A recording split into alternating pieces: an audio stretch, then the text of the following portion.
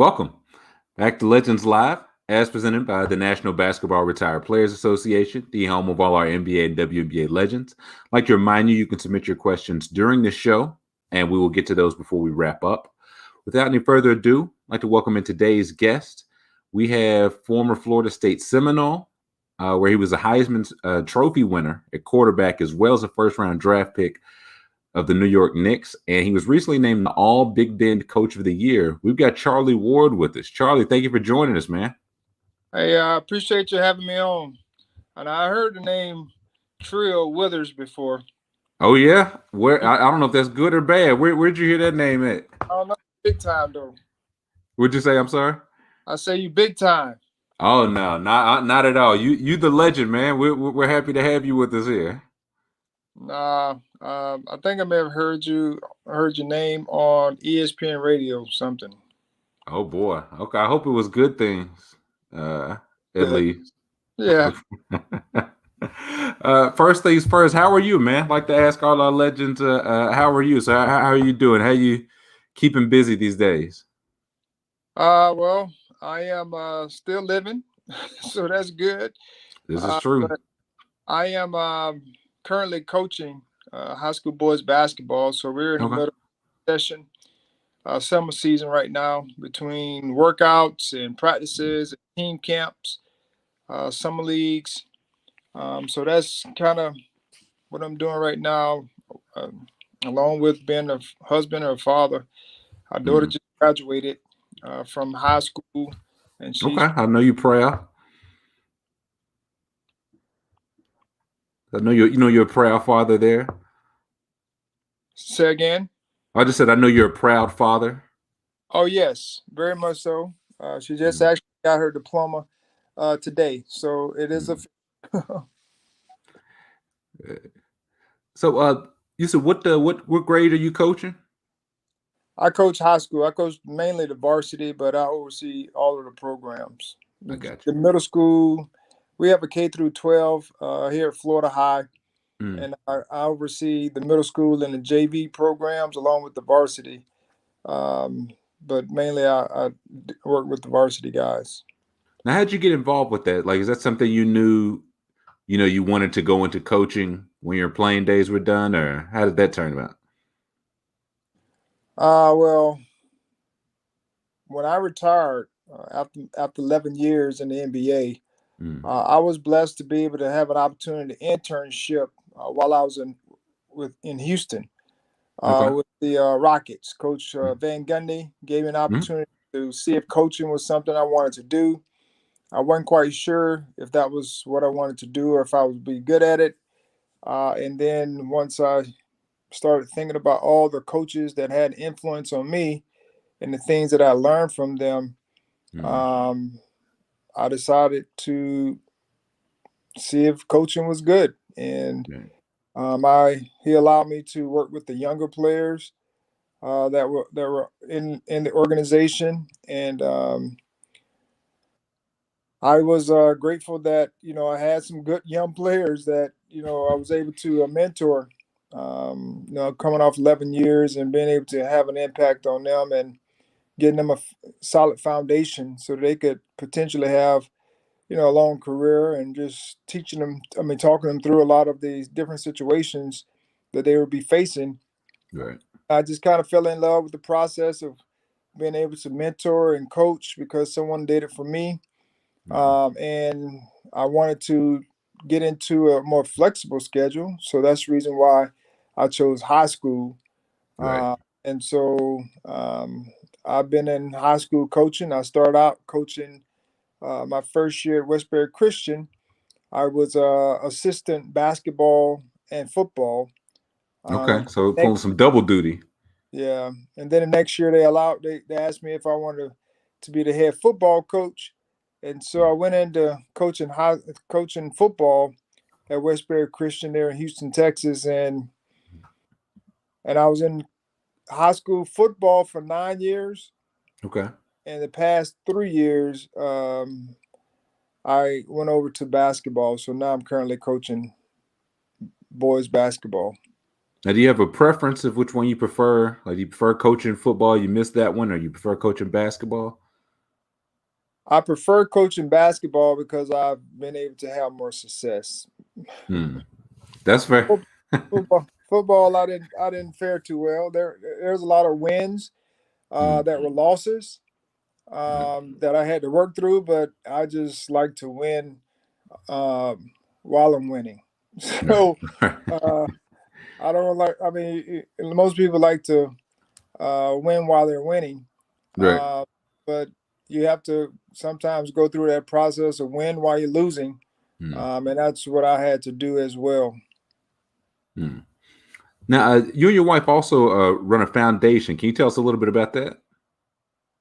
Our foundation is really we support other um, missions.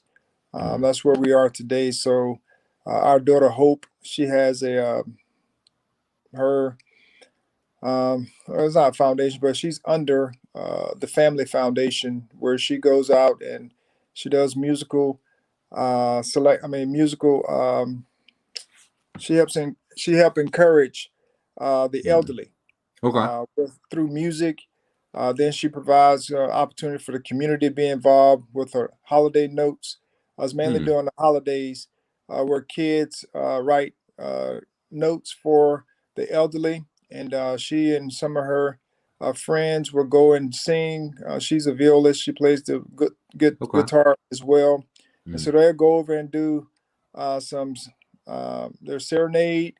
Um, we went Christmas caroling at a homeless shelter one year, and also spread good messages during that time. And so we mainly support. That was one of the things we supported foundation, and we also do some work with hurricane relief effort and all the organizations that we like to partner with as well. As our basketball program, our school.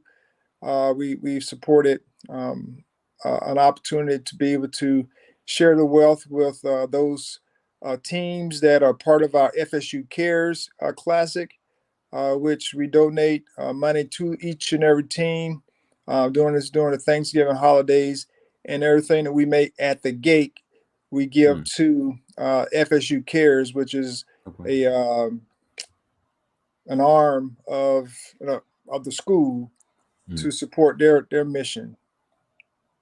Now, how did that come about? Like, was that something that you knew you always wanted to do? Like, even as an active pro, did you knew you wanted to give back at some point? Or was that something that you learned after you retired, or how did just the making it a focal point to give back and getting your family involved with it as well? How'd that come about? Well, while I was playing, we had a another foundation.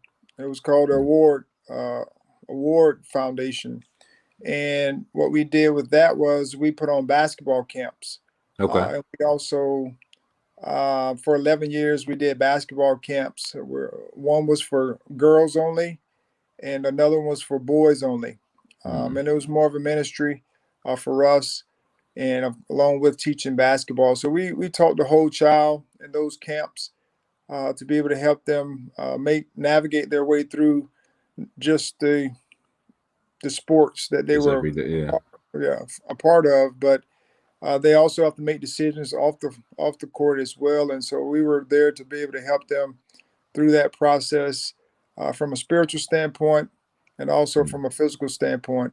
And we also brought students from the community where sometimes, I don't know if they do it, I'm sure they still do it in some form of fashion, where there are some players who buy seats Oh in yeah. the yeah. And so we did that as well to be able to support those students or organizations that wanted to attend the game, and then after the game we would come out and speak to them. So it's just something that we've all been a part of, and my Right. family, my mom and dad and parents and everyone, they're all about giving.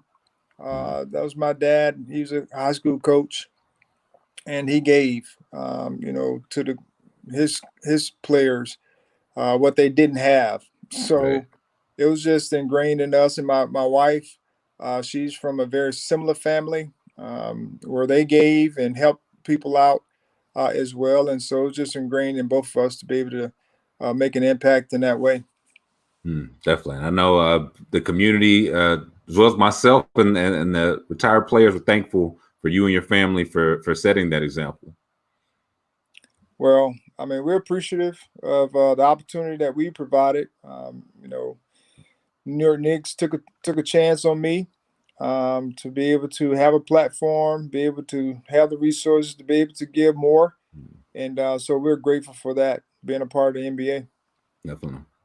Now, I like to go back a little bit with all of our legends. I mentioned some of your football and basketball accolades, but you also played some tennis. You were drafted into the Major League Baseball on 2 different occasions. Am I missing any? Did you play any other sports, like any golf, badminton? And what am I missing? Well, I mean, at some point I played all of those. Okay. I just enjoyed sports in general. Hmm. And so a lot of those things came easy, regardless if I didn't play them all the time. Right. I mean, so that was a gift that God had blessed me with, and so I mean, I enjoy sports because I just enjoy sports. That was Right. something that came easy to me. Right. So, how did you end up at Florida State? Well, where I'm from, Thomasville, Georgia, is like 45 Hmm. minutes, 30 to 45 minutes Like way from, South Georgia. yes, from Tallahassee. Hmm. And so we grew up watching Florida State football and basketball because the news station that was in Thomasville was in Tallahassee. And Got, so, that was the local team. yeah, so that was kind of like the local team. But it came down to UGA and Florida State, and Coach Bowden allowed Brad Johnson to play basketball. That was really the biggest difference was, Coach Bowden allowed uh, Brad to play, and that's something I wanted to do.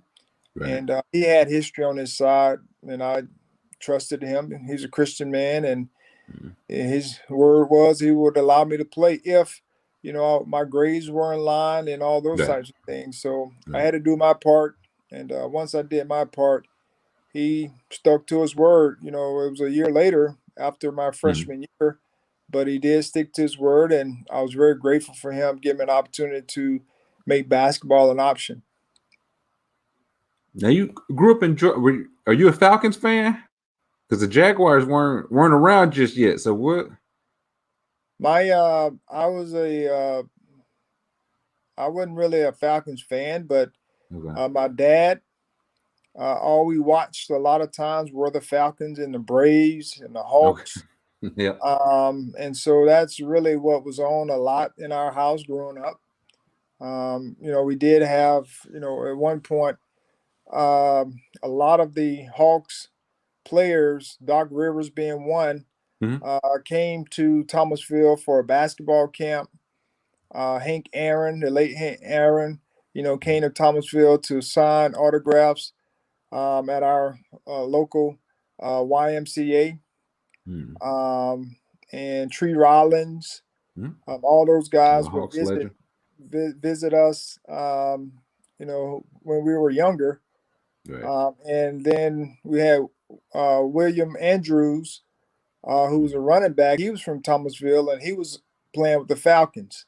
Okay. So we had quite a few of the legends come. They're legends now, but Hmm. when they were playing in the NBA in Atlanta, come to Right. visit in Thomasville. So they were kind of like the adopted teams in Thomasville, especially my Gotcha. household, I should say.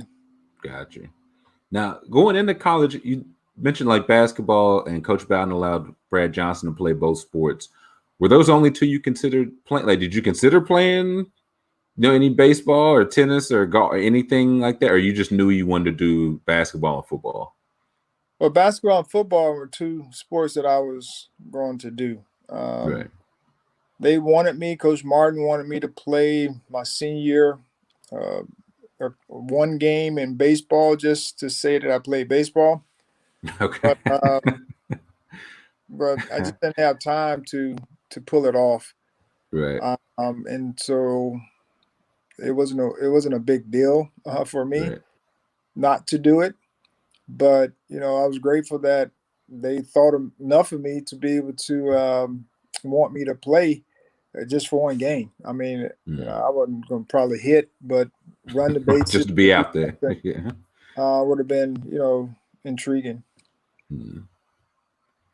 Now, I have to ask, like, I like to ask people that, play multiple sports growing up, because we see now a lot of kids, and I guess the parents of the kids are like specializing. Like, you'll see like a kid play only basketball AAU like year round, or only baseball leagues year round. What do you think about that sort of like specialization versus, playing, having a baseball season, basketball, football season like that? Well, I mean, it was definitely different during our time. My Mm. time when I was coming up, where I played every sport that I could possibly play. But that was my gifting, Right. and I could be okay and pretty good in most of them, Mm. even if I didn't train for them.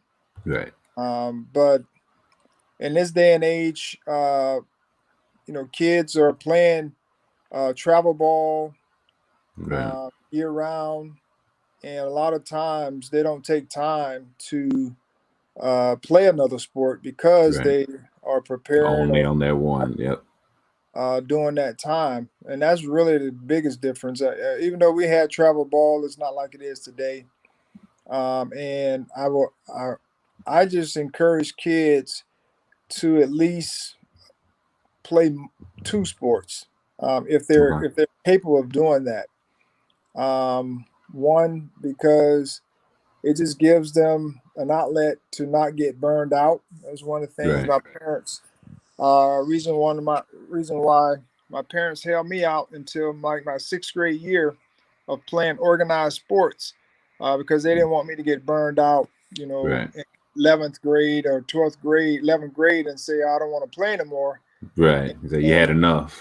yeah, and so that's something that is always on the back of my mind. Being a basketball coach, just trying to find that healthy balance of going doing for the kids who are just playing one sport, because they can be enamored, they can, you know, um, fill their schedule with all basketball stuff. But Mm. at some point, you're going to get burned out from it. And Right. I just try not to get them to that point where they get burned out. But a lot of kids now are specializing because they're playing travel ball, which makes Mm. it year round. There are some kids that are sticking to they're sticking to playing two sports, which I encourage. Mm. If you start getting into three sports and now you're spreading yourself really, really thin, and you're not going to be Yeah. really good at, Able to your two focus on one. on your two main sports or what have you. And so I just encourage kids to do what's best for them, because some kids may need to focus on that sport to be good, Right. to be able to make a team, whatever that may be. And so, but I just say at some point you have to train your body. If that is the case, you have to train your body to Mm. be able to be the best that you can be in that sport. Because a lot of times, baseball, for instance, especially pitchers, they're not training properly in high school, and you start to see a lot of kids with arm issues, A lot of shoulder injuries. issues, Yeah. because they're not training properly. They're just playing games and those types of things, but you still have to train your body to be able to be the best that you can be, so that you can prevent injury. Definitely. Now, switching gears a little bit, have you been keeping up with the NBA playoffs going on now? Pretty much. I mean, I still have Okay. some friends that are in the mix, Okay. coaching wise, Who is but that? I know. I believe you and Monty Williams were rookies together. yeah, Is that right? Monty's still in the mix. Mm. Sam Cassell, he's Mm-hmm. Philadelphia now. Of course, Doc. He's with Doc in New York. for a hot second. Mm. But I mean, I just like watching games as well Right. and seeing the intensity of it pick up, especially when it gets down to elimination time. Yeah. Let's say now you played some playoff series. What's the biggest difference, like from being in it from regular season going into to postseason basketball? Like Draymond Green calls it like, are you an 82 game player? Or are you like a 16 game player? Like what's the biggest difference there that you saw? Well, it really comes down to a couple of things. One, the intensity picks up for sure. Hmm. Two, in a series, everyone knows what you're going to do Right. because they've scouted you time and time again. So you have to find ways to make adjustments. Uh, and as you see throughout this playoffs, sometimes the adjustment may be bringing a new guy off the bench Hmm. for a game or two to be able to change the energy of the series, or that guy, can make some shots Right. when they're double teaming your best players, and so it's just those type of adjustments that you have to make uh, during the course of a series. As you know, when you're playing the regular season, I mean, you're playing different teams from night to Right. night, Every and night. Yeah. you get a scouting report, and I mean, you kind of know some of the basic things, but you really don't know all of the things that they like to do. Right. Like the But in a small playoff things. series, yes, in a playoff series, they know everything you're going to do. They know all your calls, and so it just really comes down to who's going to execute against tougher competition. Hmm. So what we'll talk about your Knicks for a second. We won't keep you too much longer. What do your Knicks need to do to get back in the mix next year? Had a very good regular season, ran into the Hawks in the postseason. So what do they need to do going forward? Um, well, of course, the first thing is the guys is going to be there. They need to continue to improve. I think Mm. that's a lot of times, you can make changes, but the guys that's going to be there, they need to also get better as well. Right, Whatever that get better looks like, whether it's changing their body, whether it's being a more skilled basketball player, being able to make tougher shots, being like Kevin Durant, where every time he pulls up, shot right. look like it's going to It's go just in. about going in. Yep. Yeah, and just understanding your game. So that's sometimes is the big issue, a big deal, in changing around a season. But I mean, you can add a couple pieces here and there Mm. to help get them over the top. But those guys that's going to have the basketball in their hands, they need to get to a point where they can finish and make shots when they need shots. Right. Julius Randle, ran into a playoff snafu Mm. at the wrong time, and so hopefully he can get to a point where he can uh, do better in the Yeah. playoffs. Because during the regular season, I think he was very good. Once the playoffs hit on the first series, he struggled a little Yeah. bit.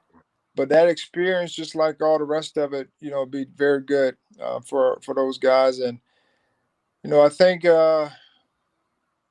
getting, I think they have a point guard there. Mm. Derrick Rose came in and did a great job for them, but they need someone that he probably could mentor. Right. Um, that's kind of like a Trey Young, that they see potentially 2 years from now being a guy that can dominate the ball, but also get everybody Mm. else involved. You think Uh, Quickly can be that? Emmanuel Quickly, the rookie. he can improve. I mean, he can become that, but I don't see him from this year being Mm. that type of guy. Like that Like type of I said, ball yeah, dominator. Yeah. a dominant guy. Gotcha. But someone like Derrick Rose, a younger version of him, Mm. would be helpful. And then a big guy, who I think they're happy with. What's the kid who broke his foot? Oh, Mitchell Robinson. Mitchell Robinson. Mm. I think they're excited about his Yeah, he's potential, just got to get healthy. Yeah, but he has to be healthy and also, get to a point where he continues to improve and work as well. He could be a Clint Capella, probably a little bit more skilled than Clint Capella, but with his jumping ability, his lob ability, great uh, shot blocker.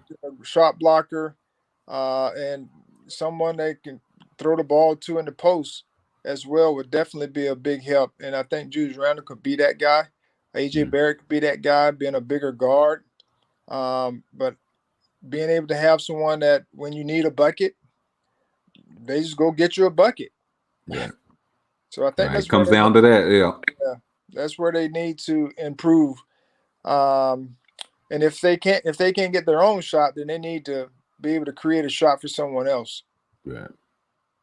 So tonight we've got Bucks Nets play tonight. So we just saw, as you mentioned, Kevin Durant had a 49 point, I think 16 rebounds, 10 assists, great game the other day to go up 3-2. How do you see that game 6 playing out tonight? They're going back to Milwaukee, I believe, for game 6. Well, I'll just say I do believe this series is going to go 7 games. I just think they're both evenly matched. Even if Kyrie Irving was there, I do believe they're both evenly matched. And the home team, I think, has won every game so far, and so I don't see that changing. My man, what's my man name? The one that's Kevin Durant. PJ Tucker. Oh yeah. PJ Tucker. I just think at home is different. Right. Why is that? As a former player, what is it about being home versus on the road in the playoffs? I mean, the crowd gives you a little bit more energy. Spurts happen. You get more calls, or you get they've been really, really physical at home. Right. They let them play. Yeah, that's on the road. You normally get calls, and guys are living at the line. And so, that was the only difference I thought in Game 5 was I knew Kevin Durant was going to shoot more free throws. Right. Because when he was in Milwaukee, they weren't really calling very much. They were letting him play. Yeah. And so, I just think that's just the difference. But Game 7 will be very similar to all the games. And the key is now that James Harden is back, I think the Bucks tonight will do more in putting him in pick and rolls and trying to get him switches, because every time he got into a switch, most of the times guys were going by him. Right. Yeah. He didn't look completely healthy. Well, he's not completely healthy. I mean, he has a hamstring injury, and he was jogging up and down the floor. And you can tell, I mean, guys with a hamstring, and he wasn't going fast offensively, so he was looking to pass more. So this is what a series is about. Like, he came back, helped them win, but tonight you'll probably see them do a little bit more to make him more of a driver than out there dribbling to even shoot, but to put more pressure on him to move faster than he wants to move. And then offensively, defensively, they'll probably put him in more situations where he has to guard, where the ball moves to his guy, and that guy drives. Right. And so it'd be interesting to see how they attack him tonight. Now for the other side, because we've got 2 more good series, we'll get a couple predictions from you before we let you go. Hawks just went up 3-2 on the 76ers. A bit of a surprise there. 76ers are the 1 seed, and Joel Embiid has played. So how do you think the rest of that series plays out? Well, the biggest thing in that series is the last two games, Philly's been up big in both of those games, and I'm curious to see how they're going to respond. With that, there's a reason why they've been up in the games. I don't, how they played that way. Most times when the games are close, that's something totally different. But when you've been up big in both games and they've come back, credit Atlanta. They put together when you're down, you have to make shots, you have to get stops, and those types of things, and they've been doing that. And so a guy like Lou Williams can definitely shoot you back in a game when you're down. Trey Young is another guy that can, get a shot or make a shot when they need it. And then, they have some other guys that stepped up and made big shots down the stretch. Gallinari last night with the step back in the post, and then John Collins in game, I think it was 4.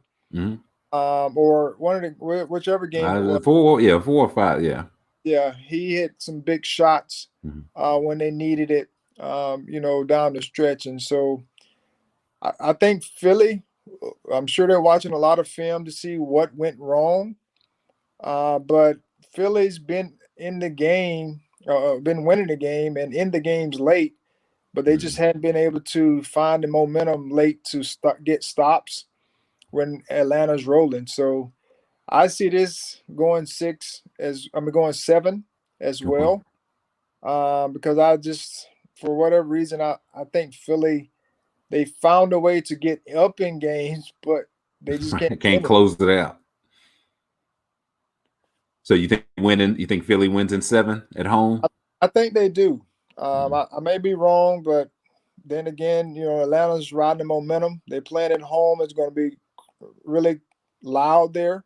And Philly's going to have to dig deep. But this is really when the playoffs start. I mean, until someone faces elimination, that's when you start seeing everyone grinding. And every loose ball is somebody's diving on the floor. Every possession seems like it counts. When teams get spurts, they call timeouts anyway, but you just start to see a different mindset when teams are facing elimination. And for the Clippers Jazz, we just saw now Kawhi Leonard seeming like he's going to be out for that series, but Clippers were able to go up 3-2.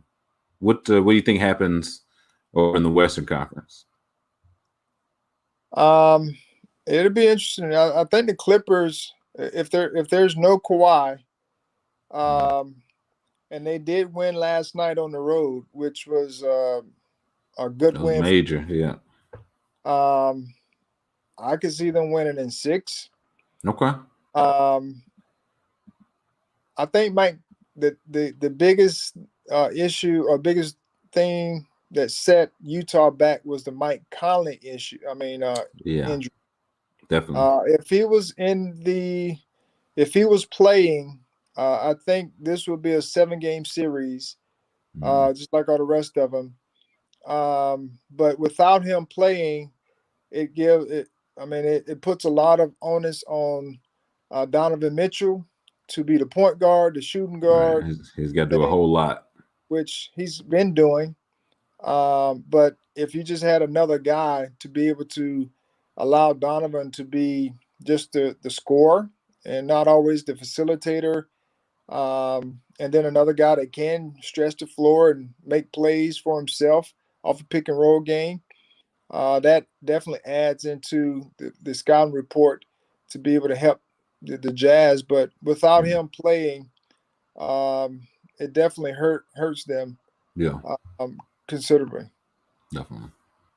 Now, got one question from our resident Knicks fan, Julio, backstage. He says, would the Knicks have won the series versus Miami with Charlie, Ewing, and Larry Johnson playing?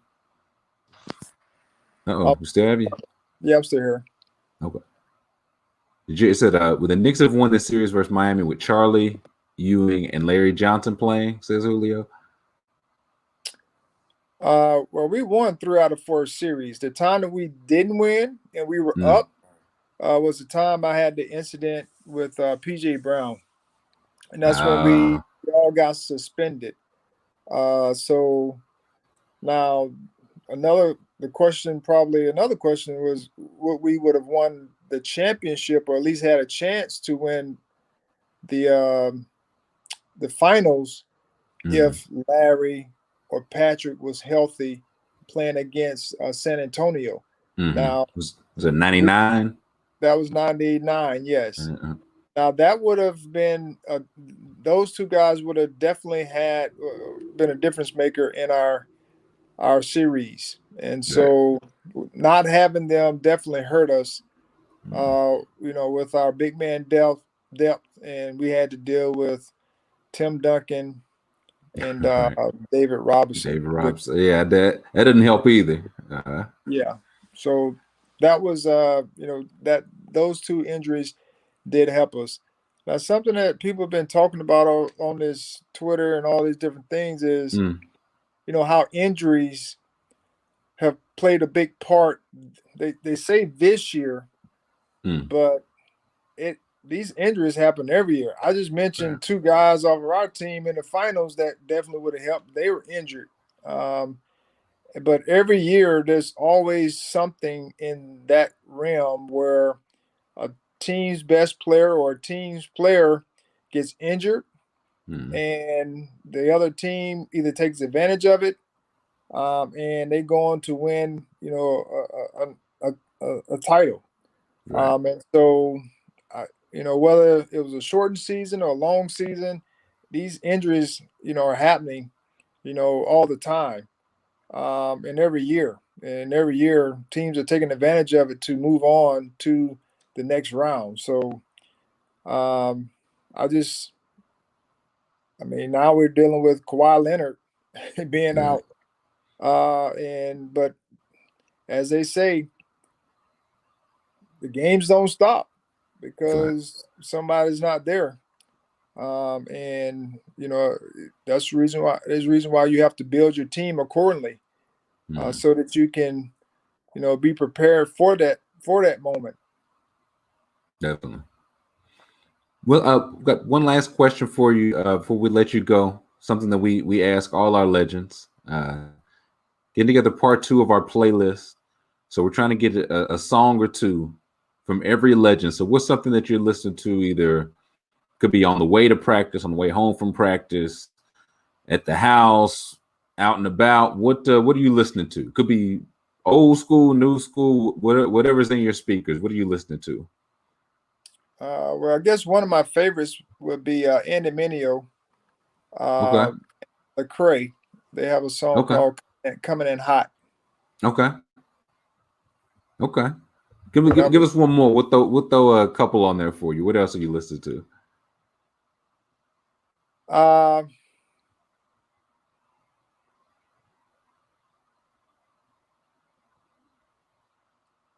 There's quite a few. I'm just trying to. It could be anything. Old R&B. I don't know. Okay, we'll put the Lecrae on there for you. We're in the Lecrae, Andy Mineo. Tadashi, which means I know he had a song called "Get Out of the Way." So he's another guy.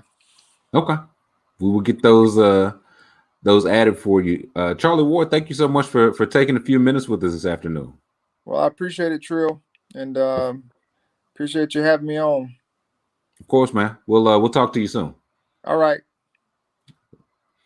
All right, that'll do it for this week's Legends Live. As you know, we've got new episodes live every Thursday on the NBA Alumni Twitter, Facebook, YouTube, and Twitch page.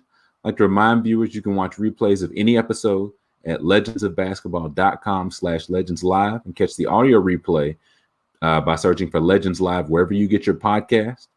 I'd like to give a big thank you to Charlie Ward for joining us this afternoon, to Julio, Aaron, and Bridget behind the scenes. I'd like to thank you for watching, and we will see you next Thursday.